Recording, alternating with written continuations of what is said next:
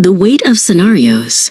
The evening sun, a fiery orb in the acrid sky, cast long shadows across the room at Rawlings Circle. On the television, a football match blared, the commentator's voice a low thrum beneath their conversation. Karras, leaning forward in his armchair, gestured emphatically, his eyes occasionally flicking to the screen. But Maren, you're missing the point entirely. When I talk about a scenario, I'm not saying you have to compare apples to apples. Maren, across from him, folded his arms, a skeptical frown creasing his brow, though his gaze kept drifting to the frantic action on screen. A striker missed a clear shot, and Maren tutted. Then what are you saying, Karras?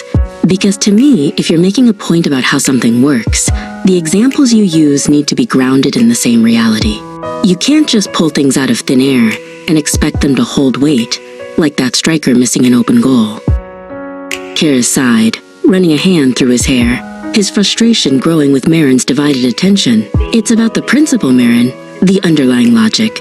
If I'm trying to explain the concept of structural integrity, I could use a building, or I could use a spiderweb. The objects are different, yes, but the idea of how forces are distributed remains relevant in both. On the TV, the game continued, a blur of motion and sound. Maren scoffed, shaking his head, his focus momentarily pulled to a foul on the pitch. A spiderweb and a building? Karras, that's exactly my problem. A spiderweb is organic, flexible, designed by instinct. A building is engineered, rigid, planned. The realistics of how they function are completely different.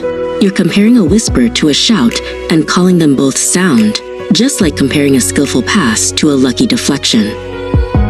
The air in the room grew thick with unspoken tension, punctuated by the roar of the crowd from the television as the game entered its final, nail-biting minutes. Karras felt a prickle of frustration.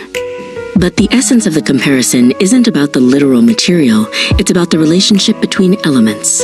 If I say a leader needs to be like a lighthouse, I'm not suggesting they should have a rotating lamp on their head, Maren. Maren leaned forward, his voice rising, almost competing with the sudden, sharp whistle from the referee on screen. No, but you're implying a steadfastness, a guidance from a fixed point. And if that lighthouse is built on shifting sands, then your comparison falls apart. The context and the material reality matter, Karras. They always do. It's like a defender trying to mark a striker without understanding the offside rule. A sudden silence descended, as if the final whistle on the television had muted not just the game, but their entire world. The distant hum of traffic from Rawlings Circle filled the void. Karras stared at Maren, a cold knot forming in his stomach. This wasn't just an academic debate anymore. It felt personal, a fundamental disagreement about how they saw the world.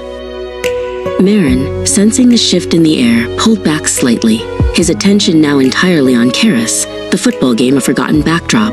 His resolve, however, remained. Look, I just think you make it too easy to dismiss the specifics. Details matter, Karras. The realistics are what give weight to any argument, any scenario. Without them, it's just theory. Karras stood up abruptly, the movement startling, the silence in the room amplifying his sudden shift. Theory? Maren, sometimes theory is all we have to bridge gaps, to understand the unknown. To say it's not the same object is to shut down imagination, to limit understanding to only what we've already seen. His voice was sharp, laced with genuine hurt. Maren watched him, a pang of regret mixed with his conviction. The argument had spiraled, not because of the topic, but because of the chasm that had opened between their ways of thinking.